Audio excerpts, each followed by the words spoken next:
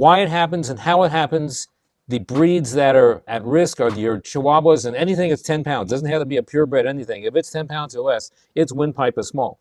We're going to see that in a second, and how the anatomy and physiology works together in basically a perfect storm, so that their breathing airway gets smaller and smaller and smaller in a big, big crisis.